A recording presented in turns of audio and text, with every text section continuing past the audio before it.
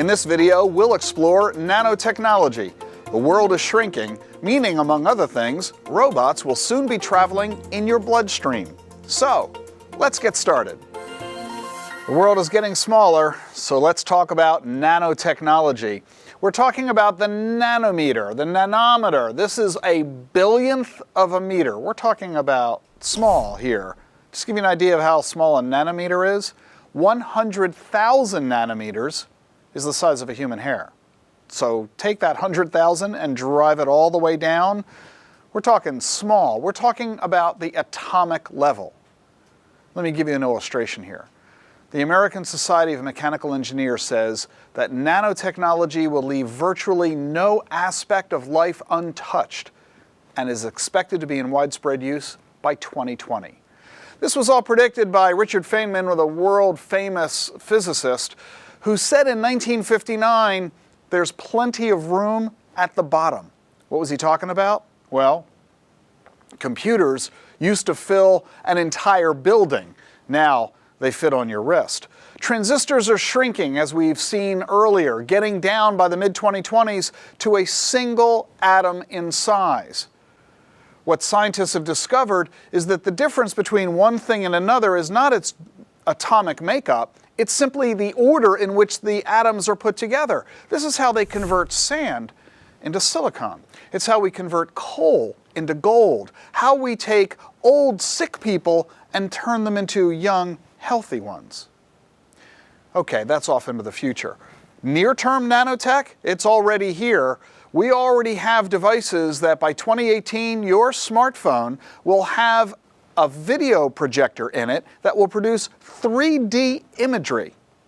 Yeah, 2018, it's coming. By 2025, it'll be the end of laundry. Nothing will get dirty. By building textiles where dirt literally fluffs right off. We're already seeing robots in technology. Robots are now building other robots. Why do we need a robot building another robot? Because the robots that the robots are building are really, really tiny, down to the molecular level. This is having huge benefits. Ultra-high yield agriculture, zero pollution manufacturing, cheap power, environmental remediation, even eventually personal spacecraft. We're seeing medical nanorobotics as well. We're looking at artificial red blood cells, artificial white blood cells. When they find an infection, they devour it. Already in the marketplace, look at what's going on in one type of eye surgery. Right now, the traditional methodology, painful injections, big risk of infection and very expensive, being replaced by nanoparticles that float in eye drops. You self-treat at home, you just give yourself an eye drop. Quick, painless. Same results as the surgery. No risk of infection. 90% cheaper. That's the promise and hope of nanotech. What you're looking at here, every dot you see is an atom. We're looking at tiny robots that will be able to perform glaucoma surgery, gastric bypass surgery, even provide dental repairs. Let me illustrate with you one of the most promising technologies on the marketplace. It's called graphene. To help you understand what graphene is, it is the thinnest material ever built. When I say thin, it has no height. It has width, it has length, but it's only 1 atom tall. How do you make graphene? Well, take your ordinary number 2 lead pencil. Not quite sure why they call them lead pencils. They're made of graphite. So you take that lead pencil, draw it across the page, and you've now got some graphite on the page.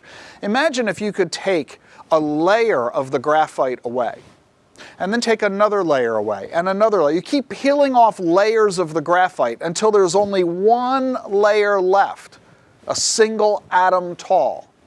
That's graphene. It's made from ordinary graphite, a very plentiful, cheap material. But graphene, when you get it down to the 1 atom height, it's suddenly the strongest material ever measured. It's 150 times stronger than steel. It's almost completely transparent, transmits almost 98% of the light that passes through it.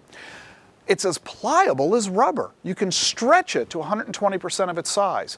It's highly conductive, 150 times more so than silicone. It's the only substance we know of that is completely impermeable to liquids and gas, but it weighs almost nothing. It's been theorized for decades, graphene is, but finally in 2004, they have isolated it in the lab. Now, 10,000 patents exist. Today, there are over 25,000 patents. Let me illustrate for you some of the potential uses of graphene. For computing, ultra-long life batteries and photovoltaic cells power everything from mobile devices to your home. Computers that are 100 times faster than today's fastest machines. Touchscreens, liquid crystal displays, organic LEDs for your smartphones, tablets, and TVs. Super thin smartphone, bendable, unbreakable. How about for the environment? We can eliminate radioactive waste and toxic spills, water filtration systems for desalinizing and creating biofuel, improve solar cells. How about for aviation? Conductive paint that removes ice from aircraft, weight-saving inflatable slides and rafts. For industry, we can improve the electric effect. We can provide lubricants, radio wave absorption, sound transducers, thermal management, structural materials, faster chemical reactions, fluids that increase the efficiency of oil drills. How about 4D printing as well? You're wondering what 4D printing is, aren't you? Well, we all know what 3D printing is. That's three-dimensional printing. 4D printing is basically printing on demand. Upon a change in temperature, change in humidity, change in light, suddenly the device prints itself. How about for the military?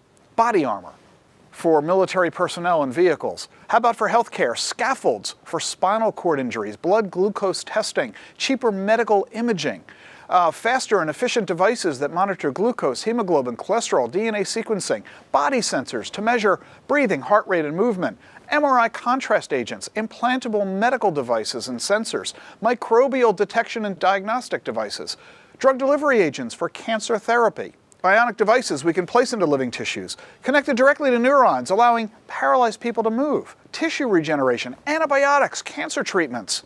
And how about for fun? Tennis rackets that are lightweight and strong, already on the market, by the way. Bottom line is this: there's a huge amount of money being poured into nanotech research. Venture capital funding has skyrocketed over the past 20 years. What does all this mean for personal finance? It means you're going to want to spend a lot of money on nanotech products, the latest, greatest stuff. How would you like to buy jeans that you never have to wash? Pretty cool, huh? How would you like to buy the latest tennis racket, lightweight, more powerful than ever? Nanotech products are in your future. You're going to want to buy them. That means creating enough money to be able to do so.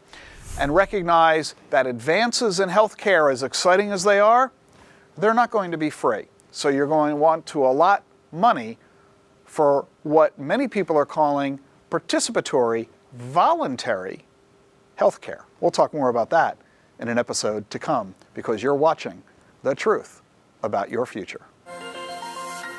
That's it for this video. In our next video, we explore 3D printing. You'll see the tech already in use, from printing running shoes to houses. This series is based on my New York Times bestseller, The Truth About Your Future, the money guide you need now, later, and much later.